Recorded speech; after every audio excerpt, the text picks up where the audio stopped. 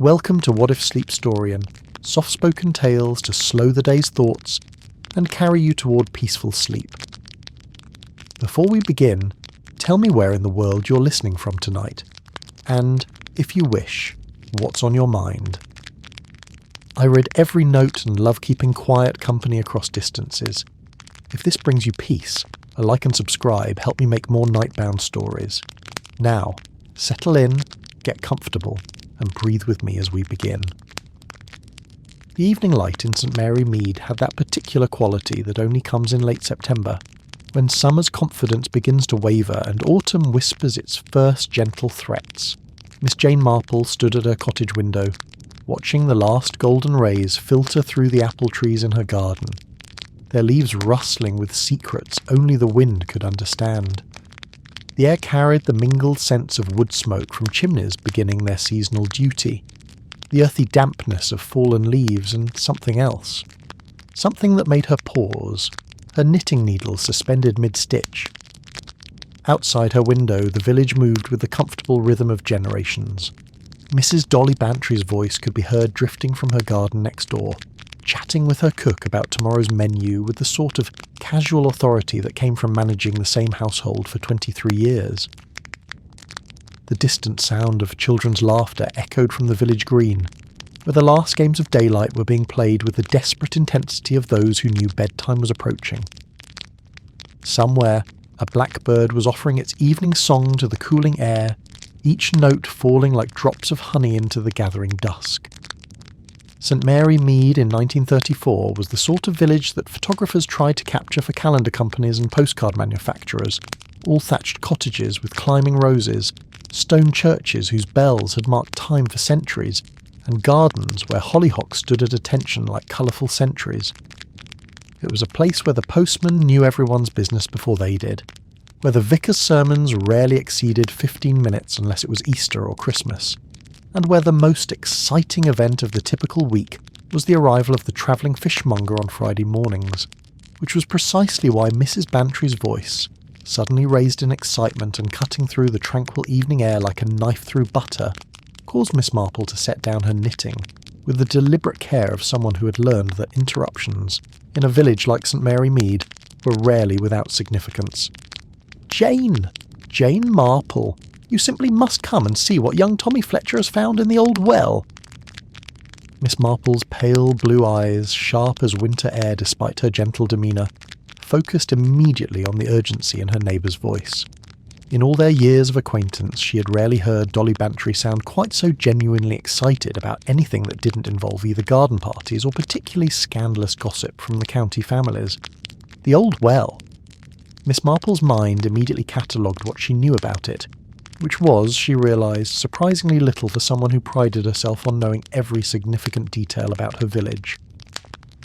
The well stood at the eastern edge of the village green, surrounded by a low stone wall that had been built when Victoria was still a young queen with dreams of an empire that would never see the sun set.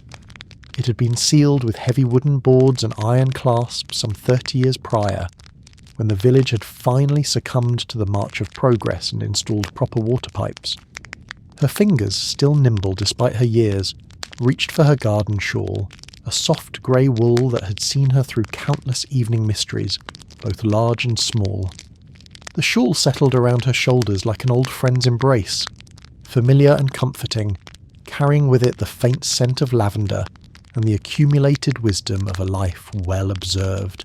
As she made her way through her cottage, Miss Marple's mind was already beginning to work in the methodical fashion that had served her so well over the years. Tommy Fletcher was 11 years old, possessed of more curiosity than was generally considered healthy for boys his age, and had a well-documented tendency to find trouble in places where adults assumed none existed. The fact that he had apparently managed to gain access to a sealed well suggested either remarkable determination or remarkable foolishness, qualities that, in Miss Marple's experience, often went hand in hand. The evening air was cooler than it had appeared from inside, carrying with it that crisp hint of autumn that made wise villagers begin thinking about laying in supplies of coal and checking the condition of their winter woolen. The light had that golden slanted quality that photographers called magic hour, when even the most ordinary objects seemed touched with significance and beauty. St Mary Mead's village green stretched before her like a stage set, its grass still green from summer's abundance, but beginning to show the first tentative touches of seasonal change. The great oak that stood at its centre had been there when Shakespeare was writing his plays, its massive trunk bearing the accumulated scars and carvings of generations of village children who had learned to read by tracing the letters that their grandfathers had carved decades before. Already a small crowd had gathered around the old well, their voices carrying clearly across the green in the still air. Miss Marple recognised most of them immediately. The particular gift of village life was that one rarely encountered true strangers, only varying degrees of familiarity. Dr. Haydock was there, his medical bag still clutched in one hand, as if he'd been interrupted during his evening rounds, his grey hair catching the last light, and his face wearing that expression of professional scepticism that made him so valuable during village crises. The good doctor had been serving St Mary Mead for nearly 20 years, and in that time he had developed the particular combination of medical knowledge and social insight that made him both healer and informal counsellor to half the village. Reverend Leonard Clement stood with his hands clasped behind his back, peering down into the well's depths with the expression of a man trying to reconcile divine mystery with earthly curiosity. The vicar was younger than Dr. Haydock, with the sort of earnest enthusiasm that made him excellent at christenings and community fetes, though Miss Marple had occasionally wondered whether his theological training had adequately prepared him for the complexities of human nature as it manifested itself in village life. Mrs. Price Ridley had positioned herself at what she clearly considered the optimal vantage point for both observation and commentary, her angular form casting a long shadow across the grass, and her face wearing that particular expression of controlled excitement that suggested she was already composing tomorrow's gossip in her mind. Mrs. Price Ridley served as the village's unofficial coordinator of moral disapproval, a position she had claimed through sheer persistence and an unmatched ability to find fault with any activity that looked like it might be providing someone else with too much enjoyment. And there, at the centre of all this adult attention, was Tommy Fletcher himself, still grimy from his archaeological endeavours, his young face glowing with the sort of pride that comes from being, for perhaps the first time in one's life, the absolute centre of everyone's attention. His clothes bore the evidence of his adventure, dirt under his fingernails, smudges of mud on his knees, and a tear in his jacket that would undoubtedly earn him a lecture from his mother about the cost of replacing good clothing. But it was what Tommy held in his dirt-stained hands that caused Miss Marple to quicken her pace, her sharp eyes immediately recognising that whatever the boy had discovered, it was neither ordinary nor easily explained. The object caught the fading light and threw it back in patterns too complex for mere metal or glass. Even from a distance, Miss Marple could see that it possessed a quality of craftsmanship that spoke of both great age and considerable skill. It was roughly circular, perhaps the size of a tea saucer, but its edges seemed to flow and shift as if they couldn't quite decide on their final form.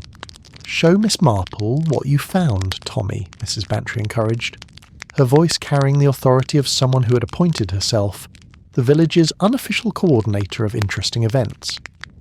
"I declare, in all my years in St Mary Mead, I've never seen anything quite like it." The boy stepped forward with the solemnity of a knight presenting a holy relic, clearly understanding that this moment would become part of village legend, and that his role in it would be remembered and retold for years to come. He offered his treasure to Miss Marple with both hands, his young eyes bright with excitement, and perhaps just a touch of the nervousness that comes from being the focus of so much adult attention. Miss Marple accepted the object with equal gravity, her experienced fingers immediately registering its weight, its texture, its temperature. It was heavier than she had expected, with a density that suggested either very old metal or an alloy she couldn't immediately identify. But more than that, it felt warm. Not just warm from Tommy's handling, but warm with a heat that seemed to come from within, as if the object itself possessed some source of gentle energy. The surface was covered with markings that seemed to dance in the evening light, Symbols that combined flowing Celtic curves with the geometric precision of Roman design, all overlaid with something else. Something that made Miss Marple think of the illuminated manuscripts she'd seen in museums, where Christian scribes had incorporated pagan symbols into their sacred texts, with the casual confidence of artists who saw no contradiction between honouring the past and embracing the future. Found it about 6 feet down, Tommy explained, his voice still breathless with the excitement of discovery. I had to pry up those old boards with a bit of iron I found behind Mr. Peacock's smithy. The padlock was all rusted through, came apart with hardly any effort at all. Miss Marple filed away this information, noting both Tommy's resourcefulness and the fact that the well seal had apparently deteriorated more than anyone had realised. "And was this the only thing you found, Tommy?" The boy's eyes lit up even brighter. "Oh no, Miss Marple. There's more down there. Quite a lot more. Looks like someone dropped a whole collection of... well, I don't rightly know what to call them, but they're all shiny and old-looking, and some of them have writing or pictures carved into them." Dr. Haydock cleared his throat, the sound carrying his professional scepticism and his concern for proper procedures.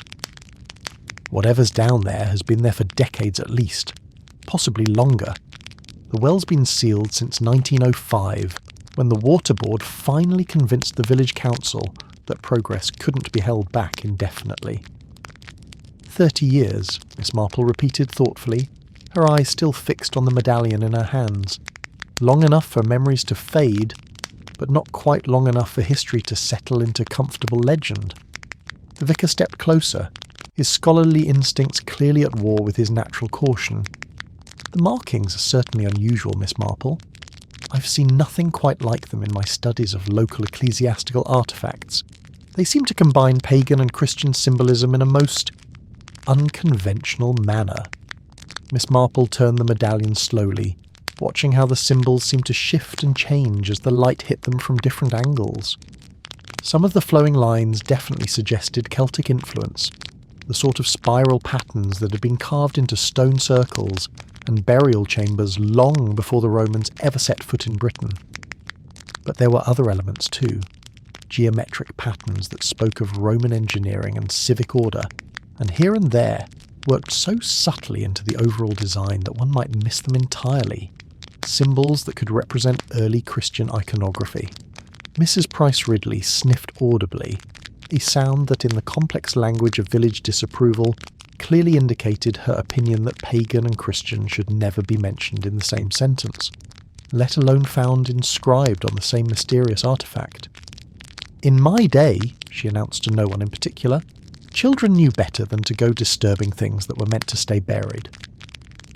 Miss Marple's lips quirked slightly at the corners, a reaction so subtle that only someone who knew her very well would have recognised it as amusement.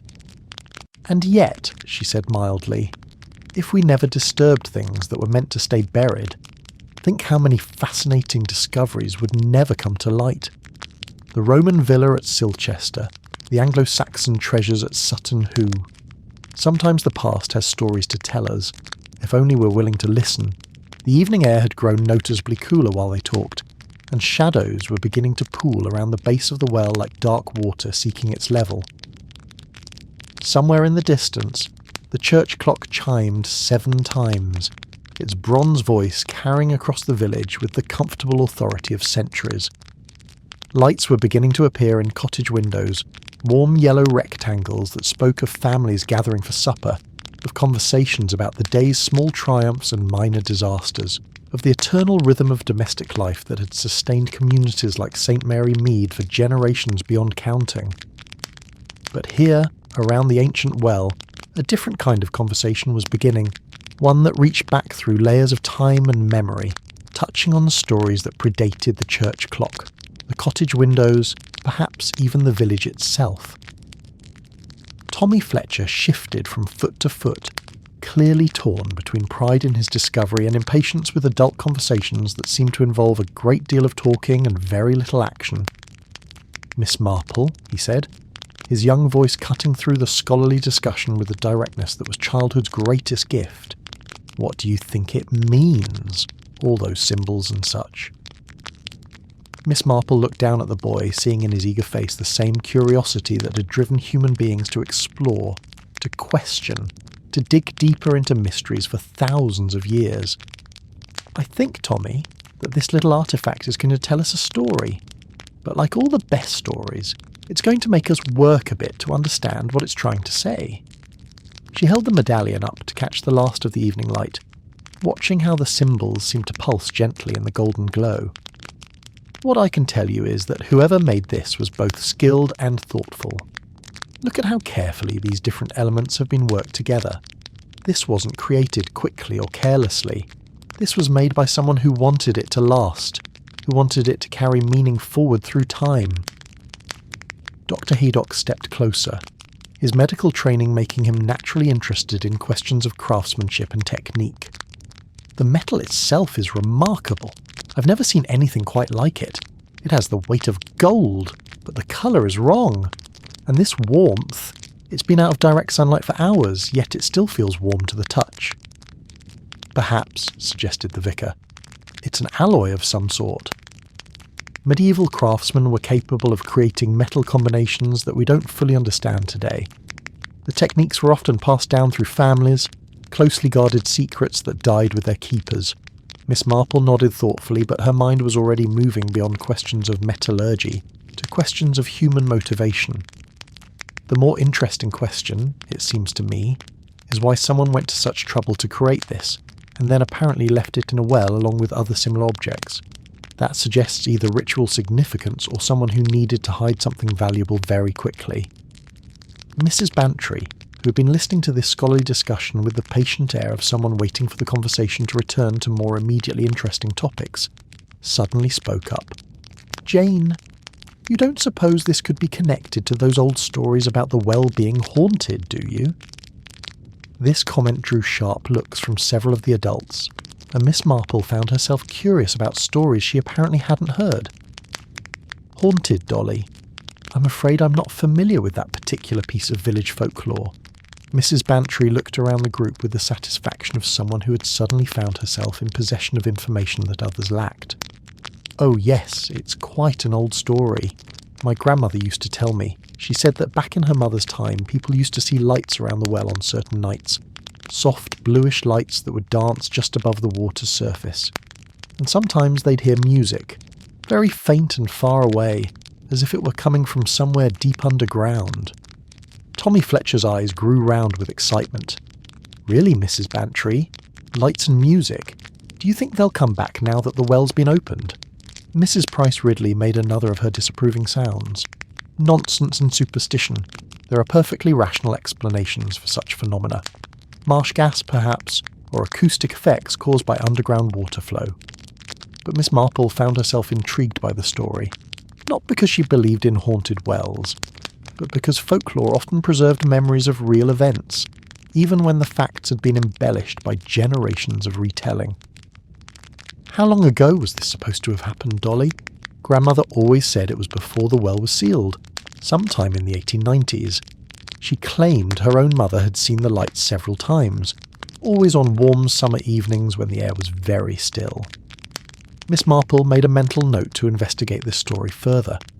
In her experience, even the most fantastical village legends usually contained grains of truth, and sometimes those grains could provide important clues about historical events that had been forgotten by official records. The last of the daylight was fading now, and the well was beginning to disappear into the gathering darkness. One by one, the small crowd began to disperse, each person carrying away their own version of the evening's discovery to share over late dinners and evening tea. Dr. Haydock mentioned something about researching historical records at the county library. The vicar wondered aloud whether the bishop might be interested in examining artefacts that combined Christian and pagan symbolism. Mrs. Price Ridley muttered something about the importance of letting sleeping dogs lie, though her tone suggested she would be following developments with keen interest despite her stated disapproval. Tommy Fletcher was reluctantly persuaded to return home for supper, though not before extracting promises from Miss Marple that she would let him know whatever she discovered about his find. The boy departed with the satisfied air of someone who had achieved something genuinely significant.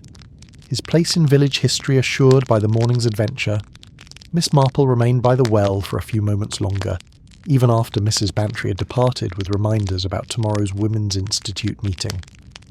The medallion in her pocket seemed to pulse gently against her ribs, keeping time with her heartbeat, and she found herself thinking about the layers of history that lay beneath even the most peaceful village. Stories within stories, secrets within secrets, all waiting for the right moment to whisper their truths to anyone patient enough to listen. The stars were beginning to appear in the darkening sky, and somewhere in the distance an owl called, its voice carrying across the cooling air with the ancient authority of a creature that knew secrets humans had forgotten. Miss Marple pulled her shawl closer around her shoulders, feeling the medallion's warmth against her side, and began to walk slowly home through the familiar streets of St. Mary Mead. Behind her, the old well sat in darkness, its depths holding mysteries that had waited 30 years to see the light again. But Miss Marple had the distinct feeling that Tommy Fletcher's discovery was only the beginning, that beneath the peaceful surface of her village, currents of history and human nature were beginning to stir, ready to reveal stories that would surprise everyone who thought they knew all there was to know about St. Mary Mead. In her pocket, the medallion grew warm, as if responding to her thoughts, and Miss Marple smiled softly to herself.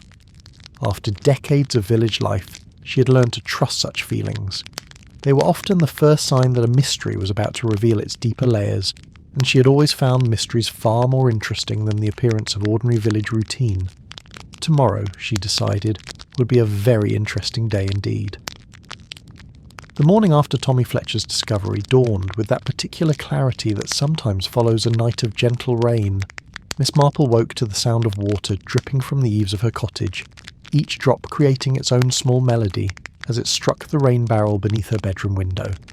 The air that drifted through her partially open window carried the clean scent of washed earth and the subtle promise that autumn was settling in to stay, bringing with it the crisp mornings and golden afternoons that made September in the English countryside feel like a gift from a particularly benevolent universe.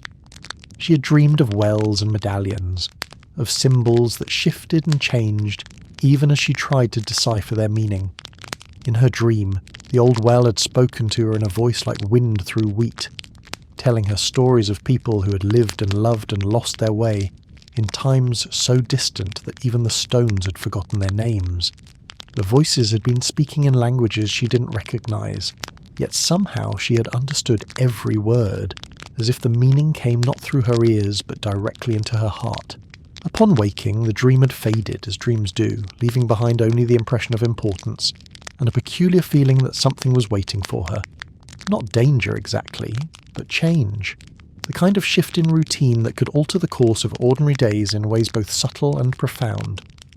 The medallion still rested on her bedside table where she had placed it the night before, its surface catching the morning light and throwing it back in patterns that seemed more complex in daylight than they had appeared in the evening's gentle glow. Miss Marple picked it up, feeling again that strange warmth, that sense of weight beyond its physical substance.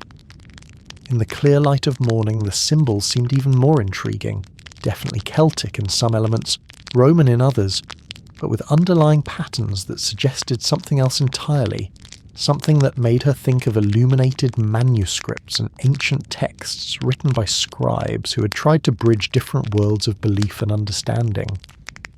"Well," she said aloud to the medallion, her voice still slightly hoarse from sleep, "I suppose you're not going to explain yourself quietly, are you?" The medallion naturally offered no response beyond the subtle shift of light across its inscribed surface, a movement so slight that Miss Marple couldn't be certain she hadn't imagined it. But after decades of village life, she had learned to trust impressions that couldn't quite be explained by rational thought. Sometimes, the most important truths announced themselves not through logic, but through the kind of quiet knowing that came from paying attention to the world's smaller mysteries. After her morning routine, tea prepared in her favourite china pot, toast cut into precise triangles and spread with marmalade made from her own oranges, a glance at the newspaper which reported the usual mixture of political manoeuvring and social gossip that filled newspapers in 1934, Miss Marple settled into her chair by the window to begin her day's knitting. She was working on a cardigan for her great-nephew Raymond, a project that required enough attention to keep her fingers busy, but not so much that her mind couldn't wander over the previous evening's discovery. The pattern was one she'd used before, a classic design that would serve Raymond well in the drafty chambers of his London law office. As her needles moved in their familiar rhythm, Miss Marple found herself thinking about patterns in general, how they repeated, how they evolved, how they connected seemingly disparate elements into coherent wholes. The medallion symbols seemed to follow some sort of pattern too, though one more complex than anything she could decipher with casual observation. The medallion sat on the small table beside her chair, seeming to watch as she worked. Every few minutes her eyes would drift to it, taking in the strange symbols, the unusual metal, the way it seemed to generate its own soft warmth. She had handled many antiques in her time, had examined jewellery and ornaments from various periods and cultures during her travels with her late husband, but nothing had ever felt quite like this. Most old objects carried a sense of the past, of hands that had touched them and lives that had been lived around them, but this medallion felt almost alive, as if it contained not just memories but active presence. She was considering whether it might be worthwhile to write to Raymond. He had connections at the British Museum after all, and might be able to put her in touch with experts who specialised in unusual historical artefacts, when a soft knock at her front door interrupted her thoughts.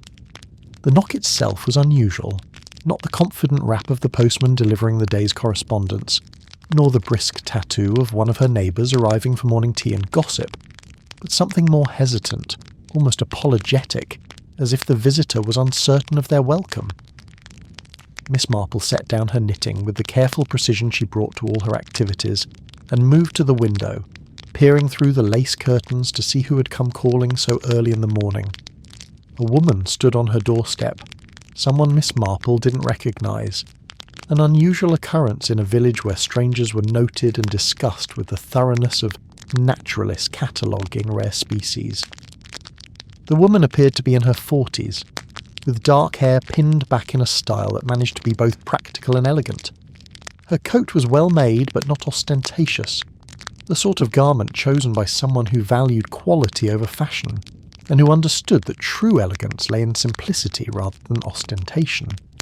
She stood with the particular stillness of someone who was accustomed to waiting, her hands folded calmly at her waist, her gaze fixed on the cottage door with an expression of patient determination that suggested she would remain there as long as necessary to achieve her purpose. Most intriguingly, she carried a small leather satchel that looked both well used and carefully maintained, the sort of bag that scholars and researchers use to transport important documents and delicate instruments.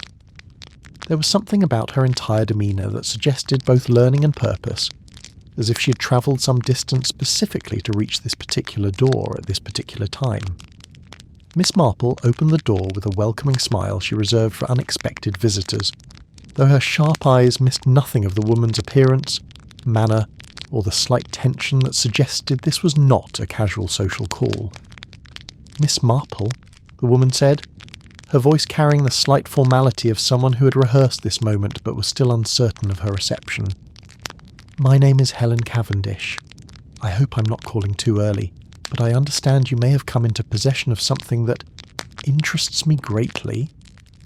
The emphasis on the word interests was subtle but unmistakable, and Miss Marple immediately understood that this visit was connected to Tommy Fletcher's discovery. How Mrs. Cavendish had learned about the medallion so quickly was a mystery in itself. St. Mary Mead's gossip network was efficient, but it typically required at least a day for news to travel beyond the village boundaries. "Mrs. Cavendish," Miss Marple replied, noting the wedding ring and the careful way her visitor had phrased her request. "How pleasant to meet you. Please, do come in." I was just about to put the kettle on. This was not strictly true. Miss Marple had finished her morning tea some time ago, but it was the sort of diplomatic fiction that smoothed social interactions and provided a comfortable framework for conversation. As Mrs. Cavendish followed her into the sitting room, Miss Marple's mind was already working through the implications of this unexpected visit. "What a charming room," Mrs. Cavendish observed as she accepted Miss Marple's invitation to sit in the comfortable chair opposite the knitting station. Her eyes swept across the furnishings with the appreciative gaze of someone who understood that true comfort came from accumulation of carefully chosen objects over time. The books arranged on their shelves, the small collection of china ornaments that spoke of a life well lived and carefully curated, the photographs of family and friends that provided glimpses into decades of relationships and experiences. But Miss Marple noticed that her guest's gaze lingered longest on the medallion, still resting on the table beside the knitting chair. Even from across the room, the object seemed to draw attention, its unusual surface catching and reflecting light in ways that made it impossible to ignore. "You have excellent eyesight," Miss Marple commented mildly as she bustled about preparing tea, with the efficient movements of someone who had performed this ritual thousands of times. "Most people would need to be considerably closer to notice such a small object among all the other things in the room." Mrs. Cavendish had the grace to look slightly embarrassed, a faint colour rising in her cheeks. "I'm afraid I've been rather obvious, haven't I? The truth is, Miss Marple, I've been expecting something like this medallion to surface for quite some time. When I heard through certain channels that an artefact had been discovered in St. Mary Mead's old well, I knew I needed to see it for myself." "Certain channels," Miss Marple repeated thoughtfully as she arranged cups and saucers with the automatic precision of someone who believed that even the simplest activities deserved to be done properly. "How very mysterious. And what, if you don't mind my asking, led you to expect such a discovery?"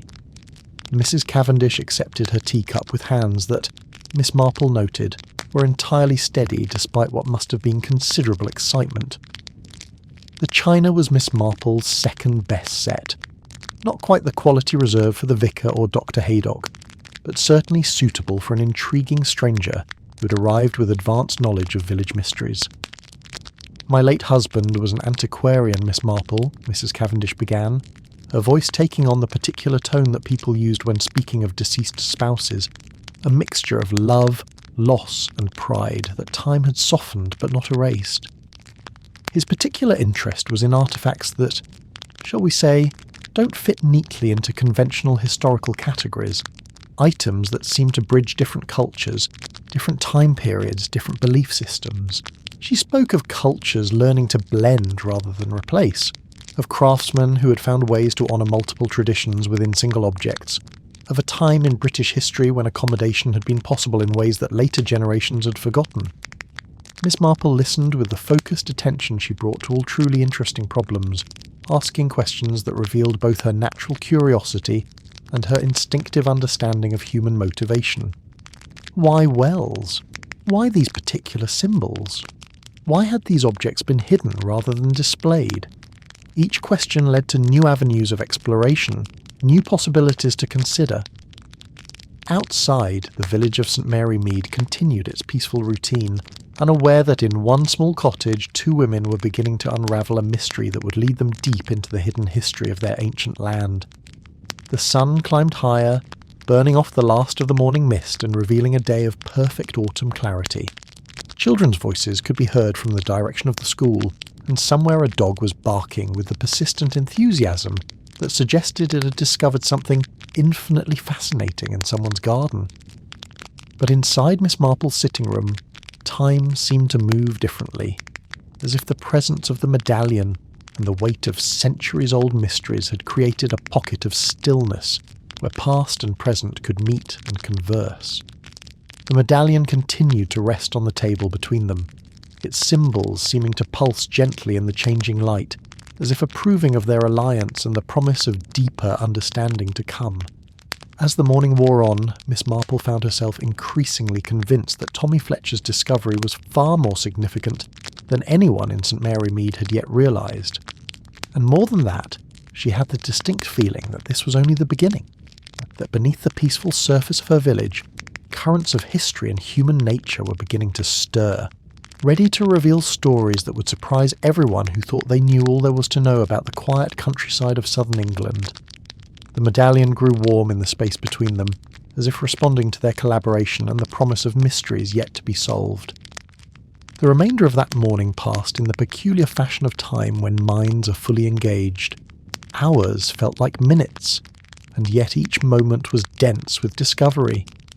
Mrs. Cavendish had brought not only her late husband's research, but also a passion for detail that matched Miss Marple's own methodical approach to mysteries, creating the sort of intellectual partnership that neither woman had experienced in quite some time. They had moved to Miss Marple's dining table, where James Cavendish's notebooks could be spread out properly alongside maps of the local area that Mrs. Cavendish had obtained from the county surveyor's office. The afternoon light streamed through the lace curtains, casting gentle shadows across the accumulated papers and creating an atmosphere that felt both scholarly and peaceful, like a private library where important work was being conducted away from the bustle of the everyday world. The medallion sat at the centre of this display like a small sun, its symbols seeming to pulse gently in the light that filtered through the windows.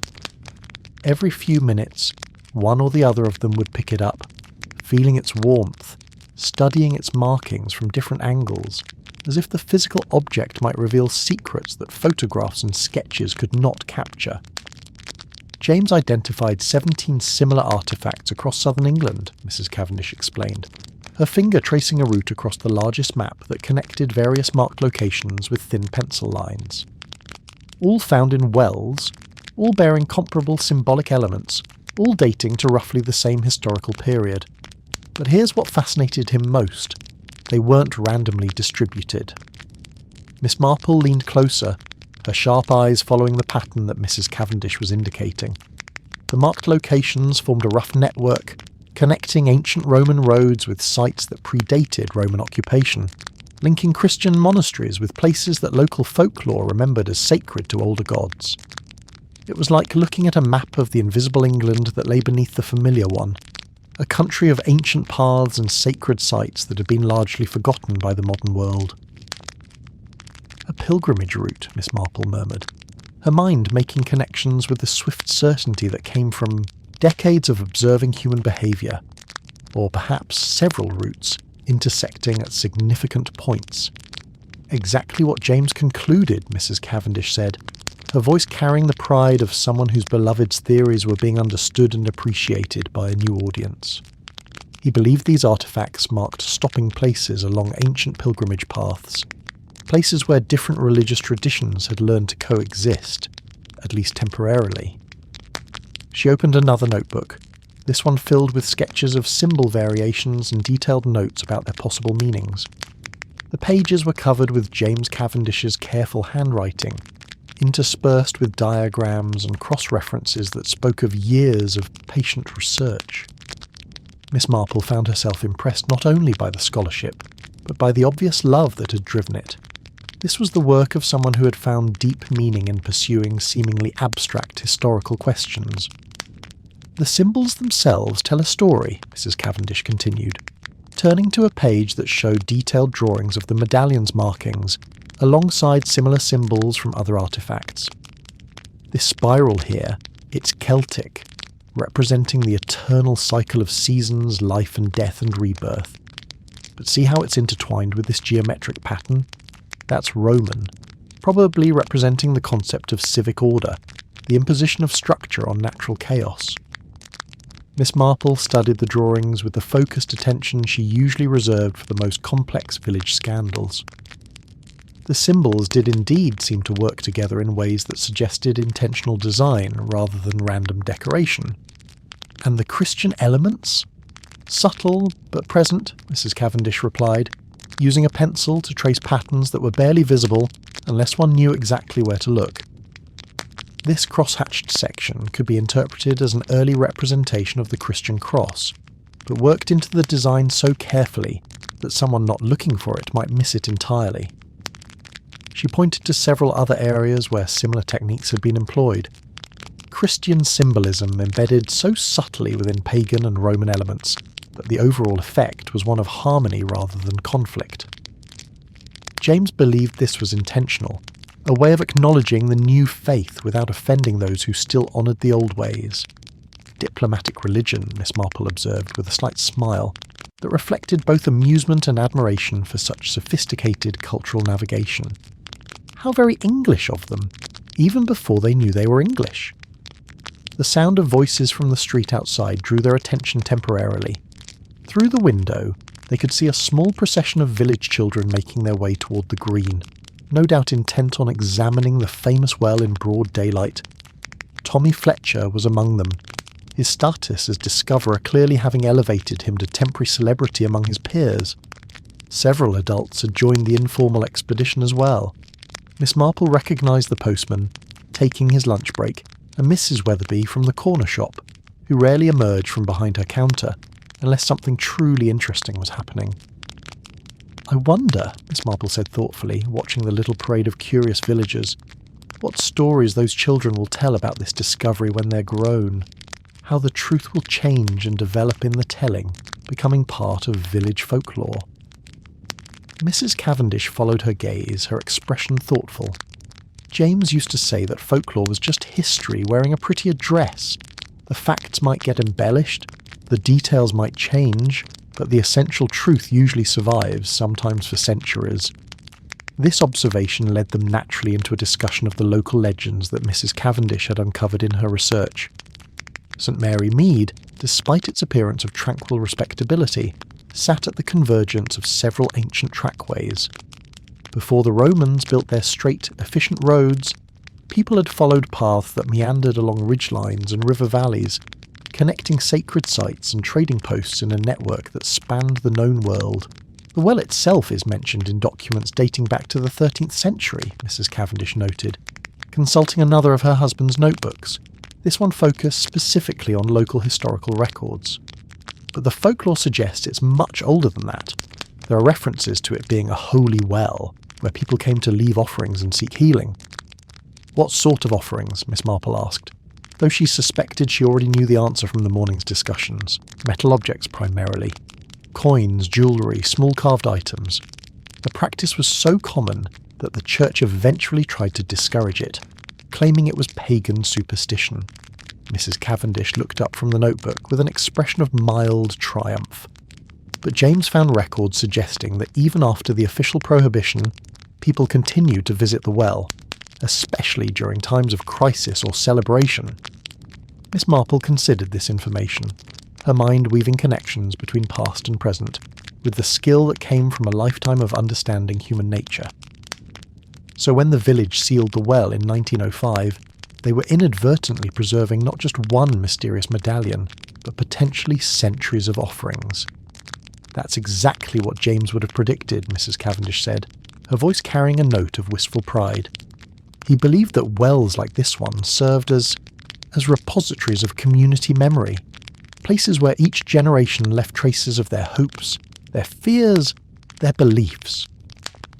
The afternoon sun had shifted while they worked, casting different shadows across the notebooks and maps, and Miss Marple realised they had been talking for hours without either of them noticing the passage of time.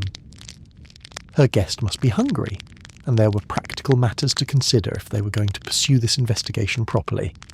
"Mrs. Cavendish," she said, rising from her chair with the decision that came from recognising when hospitality had become genuine friendship, "might I impose upon you to join me for lunch? And afterward, if you're not needed elsewhere, perhaps we might visit the well together. I have a feeling that understanding this mystery will require seeing it in its proper context." Mrs. Cavendish accepted gratefully, and over a simple meal of soup and sandwiches prepared in Miss Marple's efficient kitchen, their conversation turned to more personal matters. Miss Marple learned that her guest had been living in London since her husband's death, supporting herself by cataloguing private collections of antiques and occasionally writing articles for scholarly publications. The work paid reasonably well and allowed her to continue James's research, but it was often lonely. "I miss the collaborative aspect of scholarship," Mrs. Cavendish admitted as they finished their meal, her voice carrying the particular sadness of someone who had lost not just a spouse, but a working partner. "James and I used to spend hours discussing theories, debating interpretations, following intellectual threads wherever they might lead, working alone.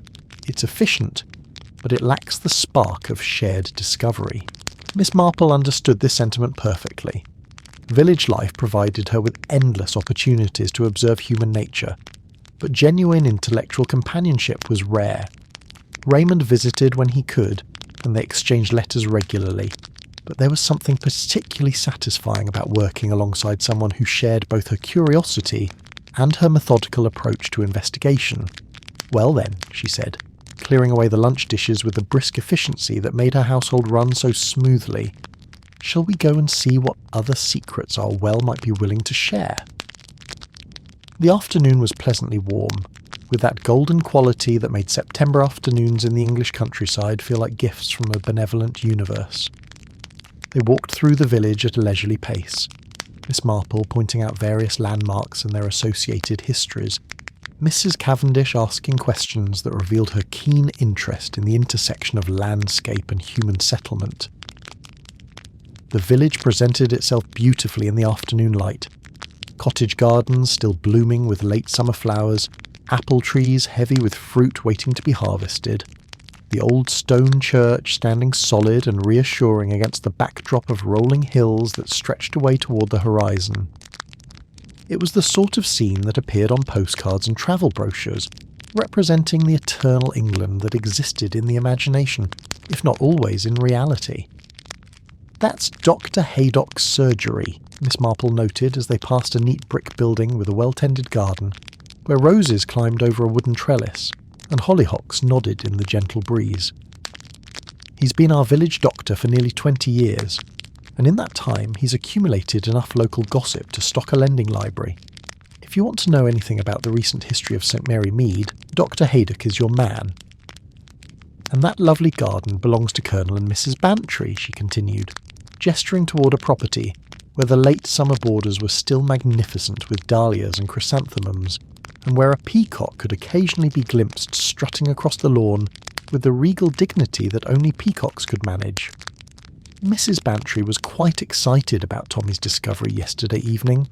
"I suspect she sees it as the sort of adventure that will give her excellent material for dinner party conversation for months to come." Mrs. Cavendish smiled at these character sketches, clearly appreciating Miss Marple's ability to convey both affection and gentle observation in a few well-chosen words. Miss Marple understood this sentiment perfectly. Village life provided her with endless opportunities to observe human nature, but genuine intellectual companionship was rare. Raymond visited when he could, and they exchanged letters regularly, but there was something particularly satisfying about working alongside someone who shared both her curiosity and her methodical approach to investigation. "Well then," she said, clearing away the lunch dishes with the brisk efficiency that made her household run so smoothly, "shall we go and see what other secrets our well might be willing to share?" The afternoon was pleasantly warm, with that golden quality that made September afternoons in the English countryside feel like gifts from a benevolent universe. They walked through the village at a leisurely pace, Miss Marple pointing out various landmarks and their associated histories, Mrs. Cavendish asking questions that revealed her keen interest in the intersection of landscape and human settlement. The village presented itself beautifully in the afternoon light. Cottage gardens still blooming with late summer flowers, apple trees heavy with fruit waiting to be harvested, the old stone church standing solid and reassuring against the backdrop of rolling hills that stretched away toward the horizon. It was the sort of scene that appeared on postcards and travel brochures, representing the eternal England that existed in the imagination if not always in reality. "That's Dr. Haydock's surgery," Miss Marple noted as they passed a neat brick building with a well-tended garden where roses climbed over a wooden trellis, and hollyhocks nodded in the gentle breeze. "He's been our village doctor for nearly 20 years, and in that time he's accumulated enough local gossip to stock a lending library. If you want to know anything about the recent history of St. Mary Mead, Dr. Haydock is your man. And that lovely garden belongs to Colonel and Mrs. Bantry," she continued, gesturing toward a property where the late summer borders were still magnificent with dahlias and chrysanthemums, and where a peacock could occasionally be glimpsed strutting across the lawn with the regal dignity that only peacocks could manage. Mrs. Bantry was quite excited about Tommy's discovery yesterday evening. "I suspect she sees it as the sort of adventure that will give her excellent material for dinner party conversation for months to come." Mrs. Cavendish smiled at these character sketches, clearly appreciating Miss Marple's ability to convey both affection and gentle observation in a few well-chosen words. By tea time, they had attracted quite an audience, and Miss Marple noticed that news of Mrs. Cavendish's expertise was already beginning to spread through the village's communication networks. Mrs. Price Ridley had made several pointed appearances, ostensibly to walk her small terrier, but actually to observe the proceedings with the keen attention of someone gathering material for future moral commentary. The vicar had stopped by twice, his scholarly curiosity clearly at war with his concern about the propriety of disturbing what might be consecrated ground. As the sun began to sink lower in the sky, casting longer shadows across the green, and giving the entire scene the golden glow that photographers tried so hard to capture, Miss Marple found herself thinking about the layers of history that surrounded them. How many generations of people had stood in this same spot, looking at this same well, bringing their own hopes and fears and offerings to this ancient place? And tomorrow, she said quietly as they prepared to return to the cottage for tea, we'll see what other stories it has to tell. Mrs. Cavendish lingered for a moment beside the well, her hand resting on the old stone wall that surrounded it. Miss Marple, she said softly, her voice carrying a note of excitement mixed with something that might have been apprehension. I have the strangest feeling about this place, as if something important is going to happen here. Miss Marple nodded, understanding exactly what her new friend meant. After decades of village life, she had learned to trust such feelings. They were often the first sign that a mystery was about to reveal its deeper layers, that beneath the comfortable surface of ordinary life, currents of significance were beginning to stir. Then we must be prepared to pay attention, she replied simply, watching as the last of the afternoon light played across the medallion's surface where it rested in her palm. In my experience, important things rarely announce themselves with fanfares. They prefer to whisper their secrets to those who are willing to listen. As they walked back through the village, the medallion seemed to pulse gently with warmth, as if responding to their growing understanding of its significance. Tomorrow would bring new discoveries, new connections between past and present.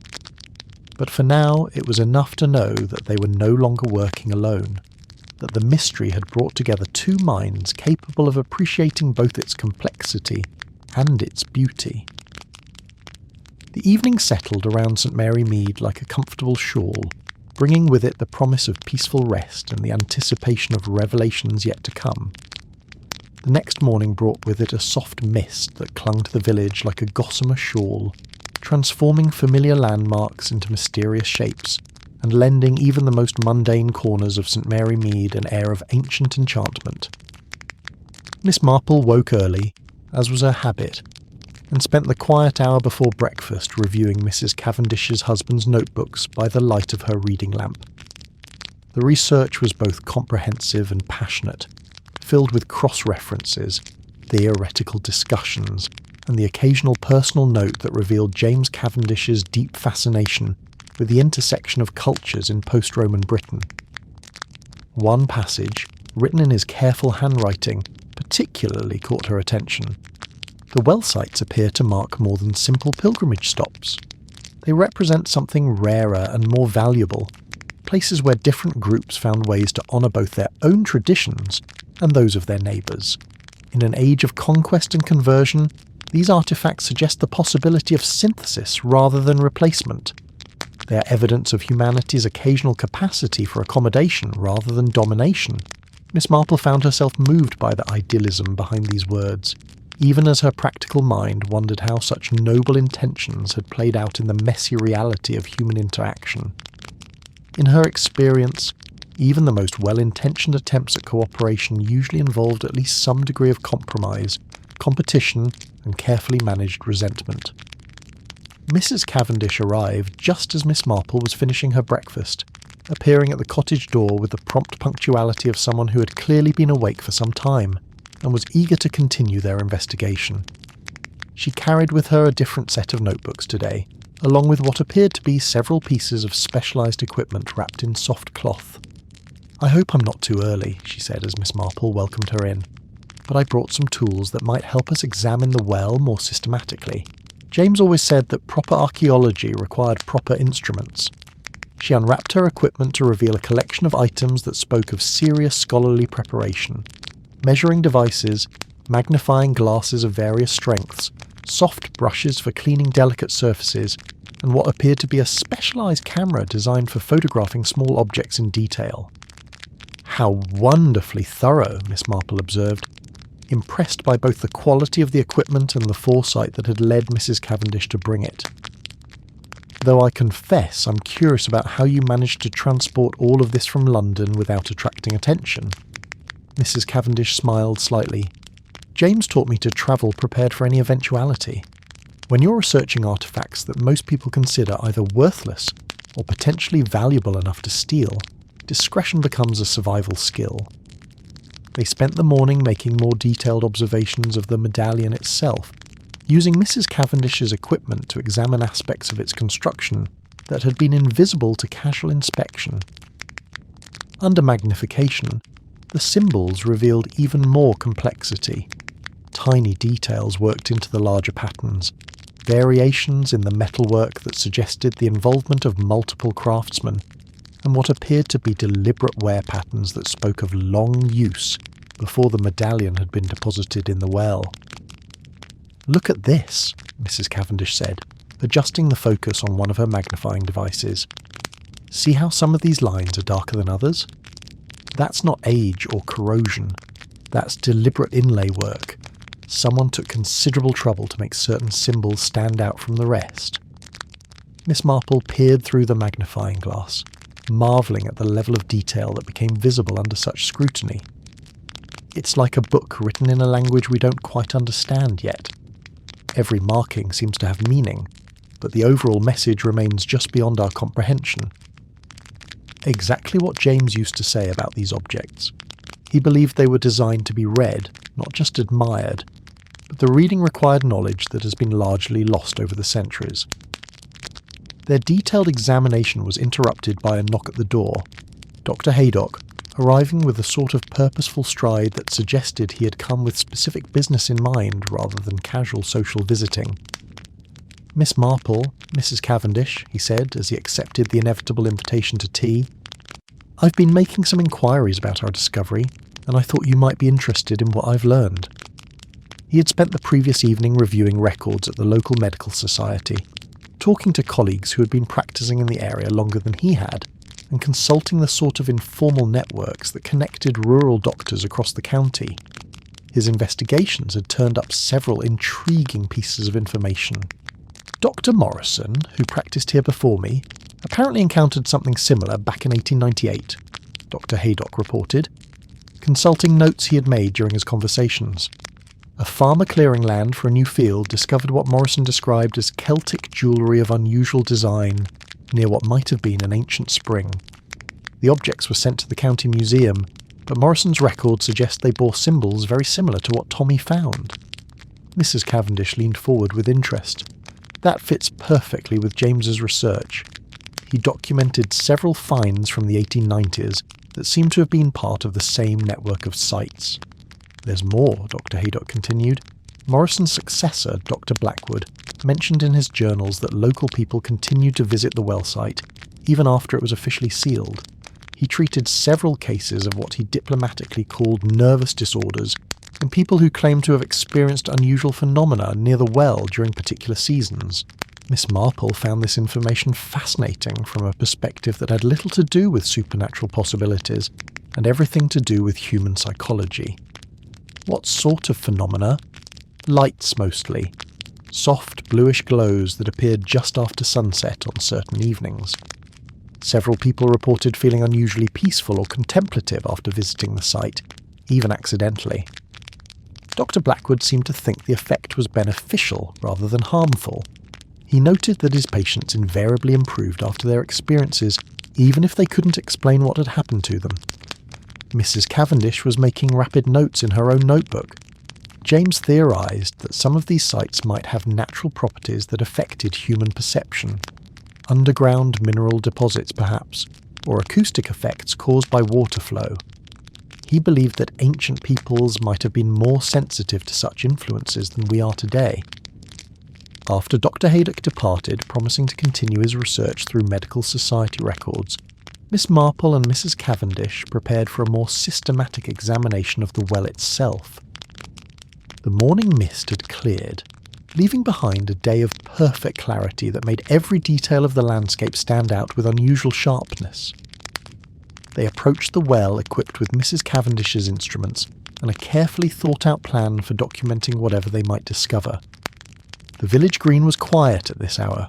Most adults were occupied with their morning routines, and the children were safely contained within the schoolhouse, their voices occasionally audible as distant murmurs that spoke of lessons being learned and knowledge being passed from one generation to the next. The well itself appeared different in the clear light of day, less mysterious, but somehow more significant. Mrs. Cavendish began by taking precise measurements of the stonework, noting the techniques used in its construction and the way it had been positioned relative to the surrounding terrain. "The orientation is quite deliberate," she observed, consulting a compass and making notes about the well's relationship to various landmarks.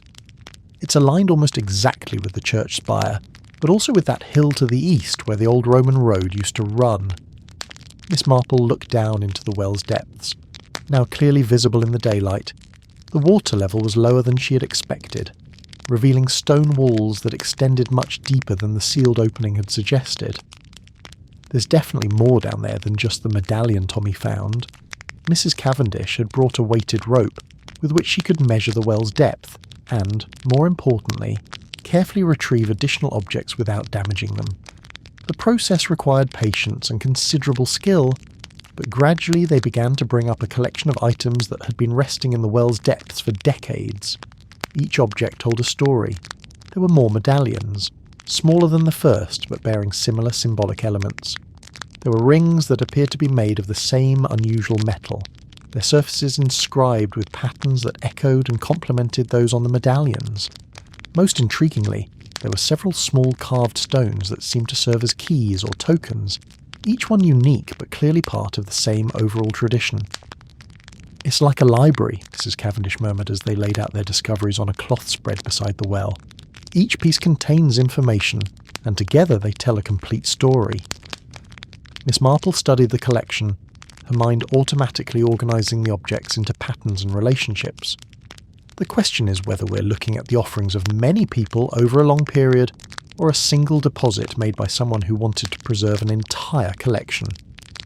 Their work attracted attention as the day progressed. The vicar stopped by during his afternoon rounds, his scholarly instincts clearly engaged by the systematic nature of their investigation.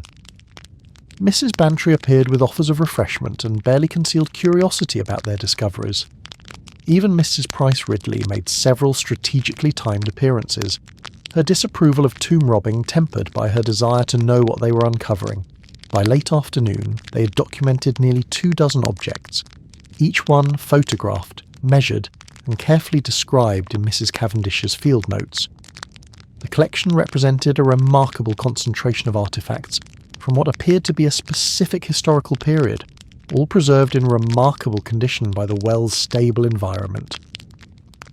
"James would have been so excited," Mrs. Cavendish said quietly as they prepared to secure their discoveries for the night. "This is exactly the sort of find he always hoped to make, a complete collection that could provide real insight into how these cultural transitions actually worked."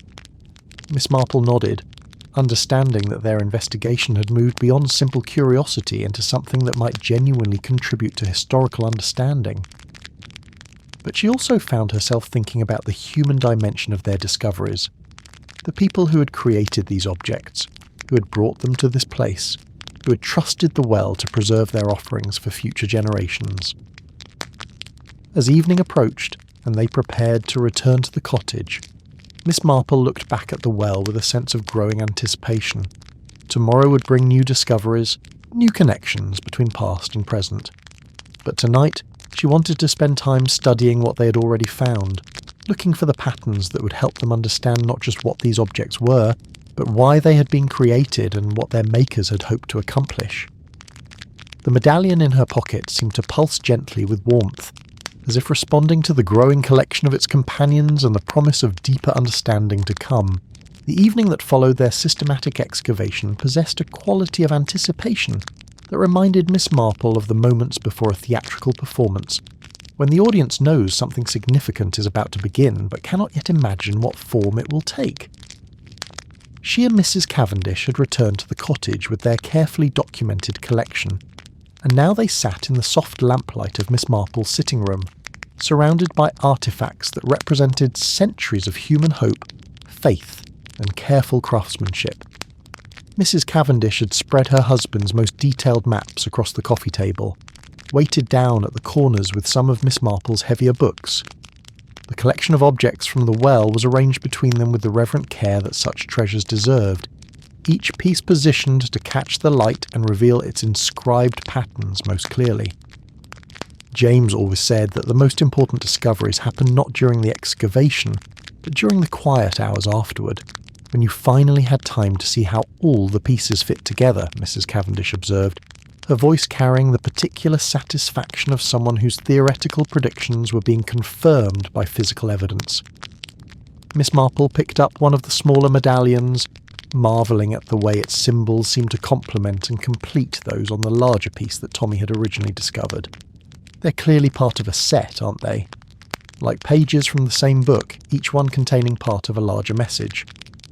That's exactly what I was thinking, Mrs. Cavendish replied, moving several of the rings into different arrangements and watching how their patterns related to each other. Look at this. If you arrange them according to size, the symbols seem to flow from one to the next, as if they're meant to be read in sequence. They spent the first part of the evening conducting this sort of careful arrangement and rearrangement, discovering connections and patterns that hadn't been apparent when the objects were examined individually.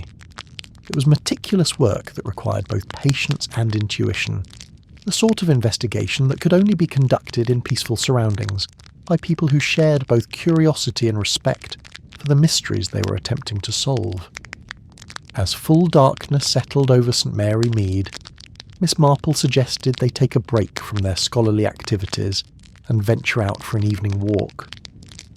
I find that sometimes the mind works best when the body is gently occupied, she explained, and I confess I'm curious to see how the well appears at night, now that we know so much more about what it contains. Mrs. Cavendish agreed readily, and they wrapped themselves in warm shawls before stepping out into the cool September air. The village presented a completely different aspect after dark. Windows glowed with the warm light of oil lamps and candles, casting squares of golden illumination onto the cobblestone streets. The air carried the mingled scents of wood smoke and cooking dinner, along with the subtle freshness that came with autumn evenings in the countryside. Their footsteps echoed softly as they made their way toward the village green, passing cottages where families were settling in for the evening. Through uncurtained windows they caught glimpses of domestic life. Children bent over their evening lessons, women working at their mending, men reading newspapers by the fireside. It was the sort of peaceful scene that represented the best of village life, the quiet contentment that came from knowing one's place in a community that had endured for generations. The well, when they reached it, appeared transformed by darkness. The stone walls seemed to glow faintly in the starlight, and the opening gaped like a mouth, prepared to whisper secrets to anyone brave enough to listen. Mrs. Cavendish had brought a small lantern, which she lit carefully and held over the opening. "It's remarkable how different it looks at night," she murmured, her voice unconsciously lowered to match the hushed atmosphere, almost as if it's more itself in darkness than in daylight. Miss Marple found herself thinking about Mrs. Bantry's story of the mysterious lights that had once been seen around the well. Standing here in the peaceful darkness, surrounded by the gentle sounds of a village settling into sleep, it was easy to imagine how such phenomena might have been interpreted by earlier generations. The boundary between natural and supernatural seemed much thinner in the darkness, when familiar landmarks took on new shapes and ordinary sounds carried further and seemed more significant. "Mrs. Cavendish," she said quietly, "what did your husband believe about the spiritual aspects of these sites? Did he think there was genuine religious significance to them, or were they primarily cultural meeting places?" Mrs. Cavendish was quiet for a long moment before answering, her gaze fixed on the dark water visible far below them. James believed that the distinction between spiritual and cultural might not have been as clear to ancient peoples as it is to us. These sites seem to have served multiple functions, religious certainly, but also social, economic, even political. The artifacts suggest that people came here not just to worship, but to trade, to form alliances, to share information. She gestured toward the dark landscape around them, where ancient paths had once connected this spot to similar sites across the countryside. Imagine what this place might have been like 1,500 years ago. Travellers arriving from different regions, speaking different languages, honouring different gods, but all recognising this as a place where such differences could be temporarily set aside in favour of common human needs. Miss Marple found this vision both appealing and historically plausible. Human nature, in her experience, remained remarkably consistent across centuries, and the desire for peaceful meeting places seemed as natural as the desire for conflict and competition. And the objects we found represent the physical evidence of that cooperation. I think so. Each piece was probably brought here by someone from a different tradition, but they were all designed to work together harmoniously. It's as if the makers were consciously creating a visual language that could be understood and appreciated by people from various backgrounds. They stood in comfortable silence for several minutes, listening to the gentle sounds of night in the countryside, the distant call of an owl, the rustle of leaves in the apple trees, the soft murmur of wind through the grass. Miss Marple found herself thinking about continuity, about the way human needs and desires remained constant even as the external circumstances of life changed dramatically over the centuries. "Do you suppose," she said eventually, "that people still feel drawn to places like this, even if they don't understand why?" Mrs. Cavendish smiled slightly. James used to say that landscape memory was real, that certain places retain the emotional imprint of significant human activities. Whether that's literally true or not, I've certainly noticed that these ancient sites tend to remain important to local communities, even when the original reasons for their significance have been forgotten. As if to illustrate her point, they heard footsteps approaching across the green, someone else drawn to visit the well in the quiet hours of evening. The figure resolved into Tommy Fletcher, wrapped in a coat that was clearly too large for him, and carrying a small lantern that bobbed with each step. "Miss Marple? Mrs. Cavendish," he called softly when he recognised them. "I hope you don't mind. I couldn't sleep and I kept thinking about the well and all the things you found today. Mum said I could come out for a few minutes if I stayed on the green and didn't go wandering." Miss Marple found herself touched by the boy's continued fascination with his discovery and his instinctive understanding that the well-deserved evening visits as well as daytime investigation. "Of course we don't mind, Tommy. We were just thinking about how different the well seems at night." Tommy approached the stone wall and peered down into the depths, with the fearless curiosity that was one of childhood's greatest gifts. It does look different, doesn't it? Almost like it's waiting for something. "What do you think it might be waiting for?" Mrs. Cavendish asked, clearly genuinely interested in the boy's perspective. Tommy considered this seriously, his young face thoughtful in the lantern light.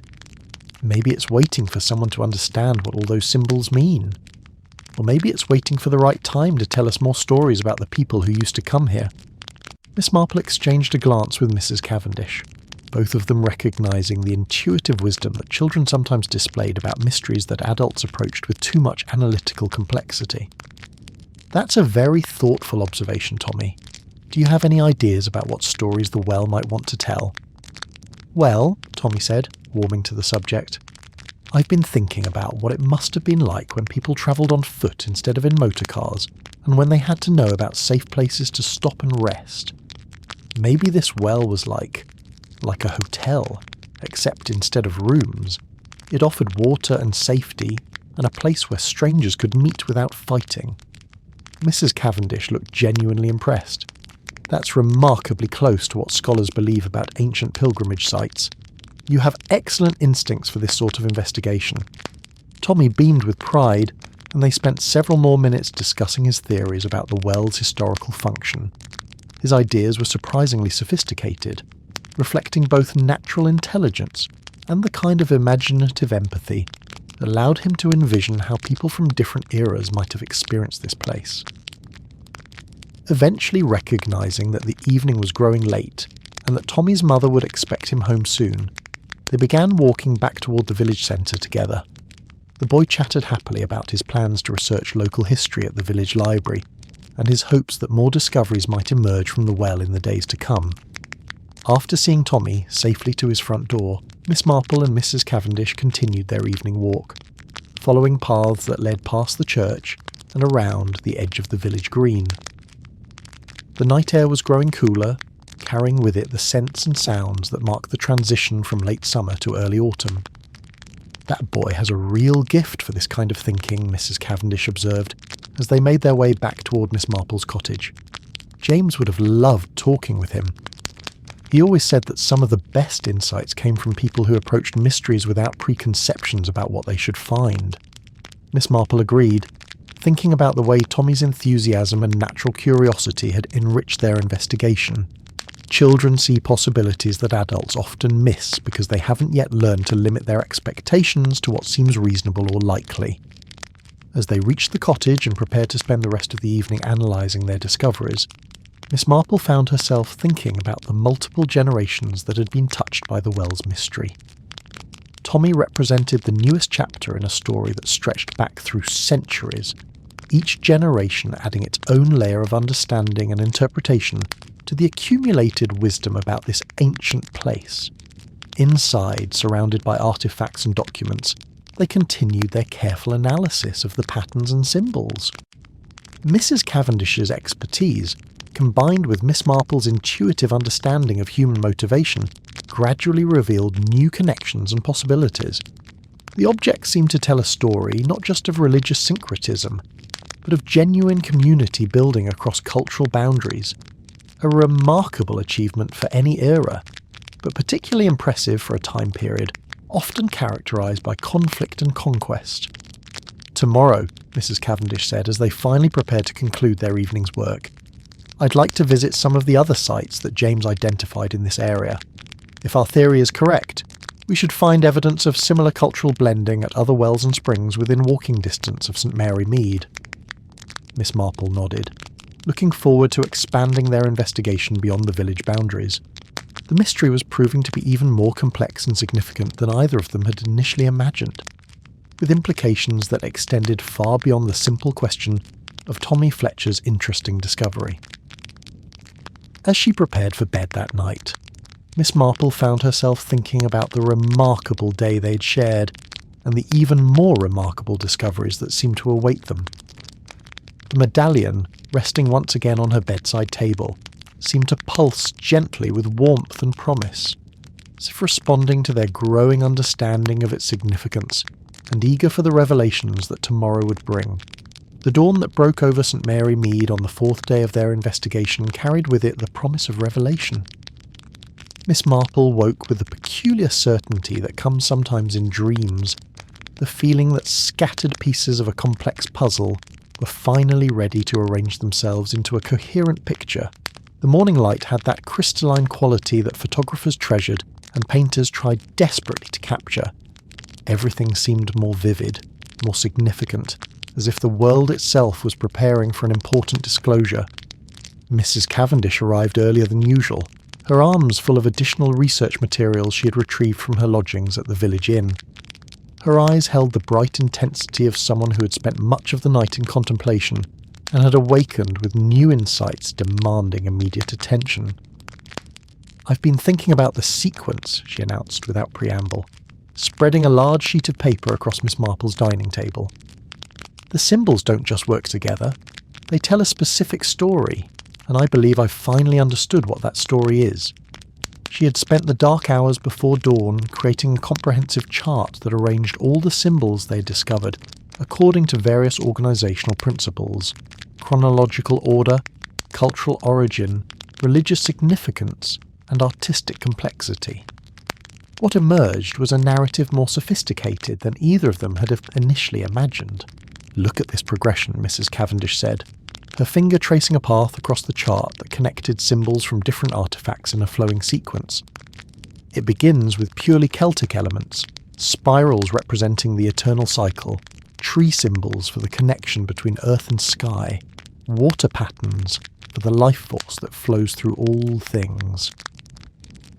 Miss Marple studied the arrangement with the focused attention she brought to all truly complex problems. And then the Roman elements begin to appear, exactly, but not as replacements for the Celtic symbols, as additions to them. See how this geometric pattern doesn't obliterate the spiral beneath it, but instead provides a framework that enhances and supports the original design. Mrs. Cavendish's voice carried the excitement of someone making connections that had eluded months of previous analysis. "It's like watching a conversation," Miss Marple observed, noting how each cultural element seemed to respond to and build upon the others. A dialogue between different ways of understanding the world, conducted through symbols rather than words. "And the Christian elements complete the conversation," Mrs. Cavendish continued, pointing to the subtle crosses and fish symbols that appeared woven throughout the later designs. But again, they don't dominate or replace. They join the existing dialogue, adding their own voice to the chorus. This realization cast their entire investigation in a new light. They were not simply looking at ancient artifacts, but at physical evidence of one of history's most remarkable achievements: the successful integration of three major cultural traditions into a coherent whole. The well had served not just as a repository for offerings, but as a symbol of humanity's capacity for synthesis rather than conquest. "James would have been so proud," Mrs. Cavendish said softly, her voice carrying both joy and the particular sadness that comes from achieving understanding that cannot be shared with those who inspired it. This is exactly what he theorized, but seeing the actual proof, Miss Marple understood the magnitude of what they'd discovered, both as historical evidence and as personal vindication for James Cavendish's years of dedicated research. "We must document this properly," she said, her mind already moving toward the practical considerations. "This deserves to be shared with scholars who can appreciate its significance." They spent the morning creating detailed documentation of their discoveries, photographs of each arrangement, careful transcriptions of the symbol sequences, and comprehensive notes about the cultural elements represented in each piece. Mrs. Cavendish's training served them well, ensuring that their findings would meet the rigorous standards required for serious academic consideration. But even as they worked on this scholarly documentation, Miss Marple found herself thinking about the human dimension of their discovery. The symbols told a story of cooperation and mutual respect, but they also represented individual people who had made conscious choices to honour traditions other than their own. Each artefact had been created by someone who believed in the possibility of harmony between different ways of understanding the divine. "I wonder," she said during a brief pause in their documentation work, "whether the people who created these objects realised they were accomplishing something remarkable, or whether it simply seemed natural to them to blend different traditions." Mrs. Cavendish looked up from her careful transcription work. James used to say that the most profound cultural achievements often happened without fanfare, created by people who were simply trying to solve practical problems of coexistence. Perhaps the makers of these artifacts weren't trying to make grand statements about religious tolerance. They were just trying to create objects that would be meaningful to all the people who shared this sacred space. This observation led them into a deeper discussion about the nature of tolerance and accommodation in historical contexts. The artifacts suggested that the early medieval period in Britain might have been more culturally flexible than most historical accounts suggested, with communities finding ways to honour multiple traditions simultaneously, rather than forcing adherence to single orthodoxies. Their morning's work was interrupted by the arrival of the vicar, Reverend Clement, who appeared at Miss Marple's door with an expression that combined scholarly excitement with pastoral concern. He had been conducting his own research into the discovery, consulting church records and corresponding with colleagues who specialised in early Christian history. "Miss Marple, Mrs. Cavendish," he said as he accepted the inevitable invitation to tea. "I hope you won't think me presumptuous, but I've been making inquiries about the historical significance of your discoveries, and I believe I may have found some relevant information." He had brought with him a collection of documents copied from diocesan archives, including several references to St Mary Mead that predated any records the village itself possessed. Most intriguingly, he had found mention of the well in a 6th century manuscript that described it as a place of peace, where the old wisdom and the new faith walked together in harmony. The manuscript was written by a monk named Brother Aldrich, who apparently travelled through this region documenting examples of successful cultural integration, Reverend Clement explained, consulting his notes. According to his account, the well was already ancient when he visited it, but it had become a gathering place for people from various backgrounds who had found ways to honour their different traditions without conflict. Mrs. Cavendish was making rapid notes, clearly recognising the historical importance of this documentation. That confirms everything James theorised about these sites. They weren't just religious centres, they were diplomatic spaces where different cultures learned to coexist. There's more, the vicar continued, his voice carrying the particular satisfaction of someone who had uncovered genuinely significant information.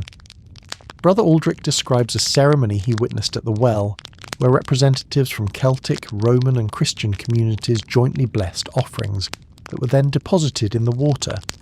He calls it a marriage of wisdoms, and suggests that similar ceremonies were conducted at wells throughout the region.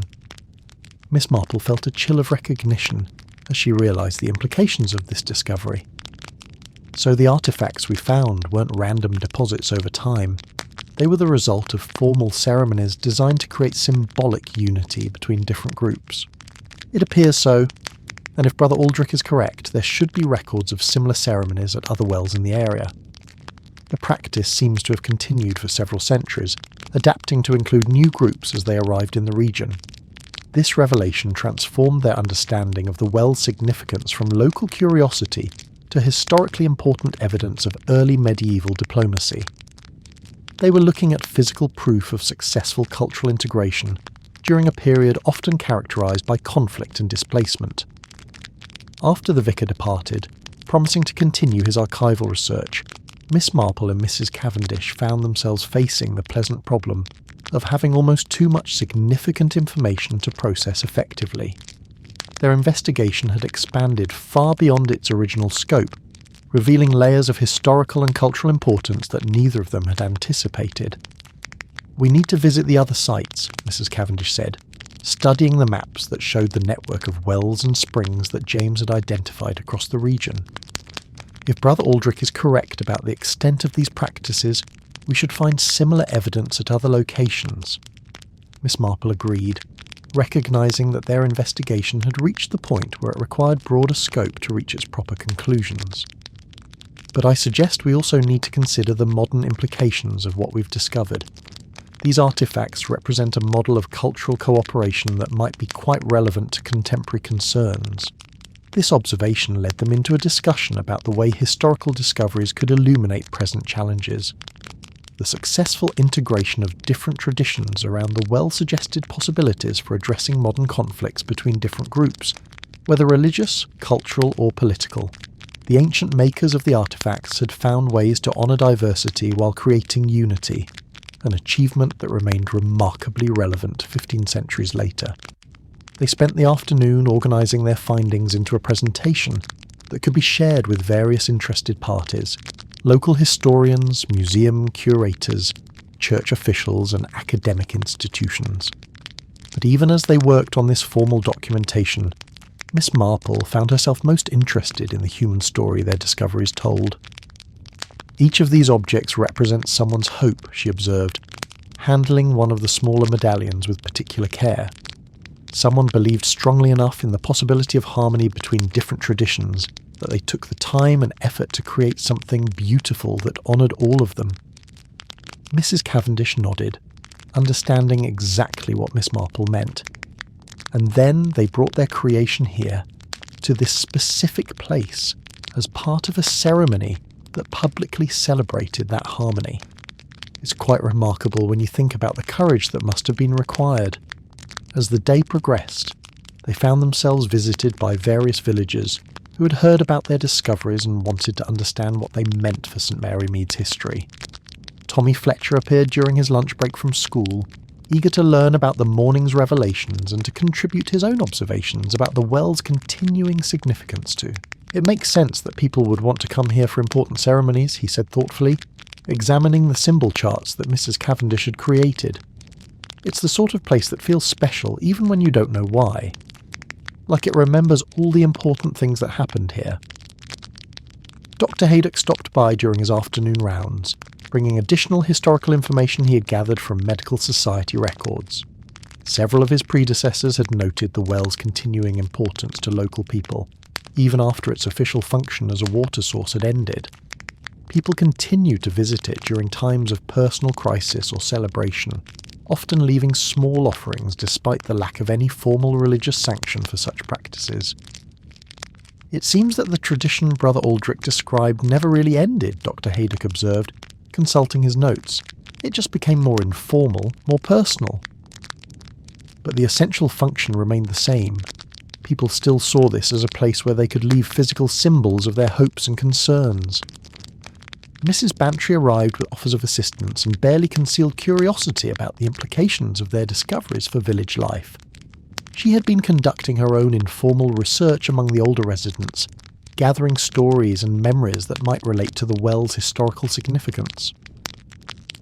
Mrs. Weatherby remembers her grandmother talking about wishing ceremonies at the well, Mrs. Bantry reported, settling herself comfortably for a proper gossip session.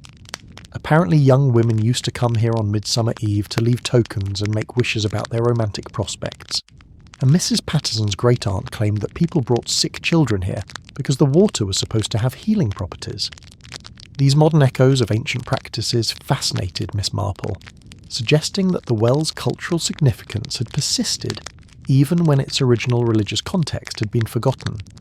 Human needs for hope, healing, and community connection had maintained the site's importance across the centuries, adapting to changing circumstances but preserving the essential functions that had made it significant to Brother Aldrich's 6th century observers. As evening approached, Miss Marple and Mrs. Cavendish found themselves surrounded by the accumulated evidence of their investigation. Documents, photographs, artifacts, and testimonies that painted a picture of a remarkable cultural achievement. But more than that, they had discovered a model of human cooperation that transcended its historical context to offer insights relevant to any era. James would be so proud, Mrs. Cavendish said quietly as they prepared to conclude their day's work. Not just of the scholarly discoveries, but of the way this investigation has brought the community together around something positive and meaningful. Miss Marple agreed, thinking about the way their research had engaged villagers from Tommy Fletcher to Reverend Clement, creating new connections and shared purposes around the exploration of their common heritage. The well had served its ancient function once again, bringing together people with different perspectives and interests in pursuit of greater understanding. Tomorrow, she said, looking at the charts and documents that represented their accumulated discoveries, we should be ready to understand what all of this means, not just for historians, but for anyone who believes in the possibility of harmony between different ways of seeing the world. The medallion, resting once again on the table between them, seemed to pulse gently with approval, as if recognising that its long-held secrets were finally ready to be shared, with people capable of appreciating their full significance. Outside, the village of St Mary Mead settled into its evening routine, unaware that within one small cottage, 2 women had uncovered evidence of humanity's capacity for wisdom, tolerance, and hope that stretched back through the centuries and forward into an uncertain but promising future.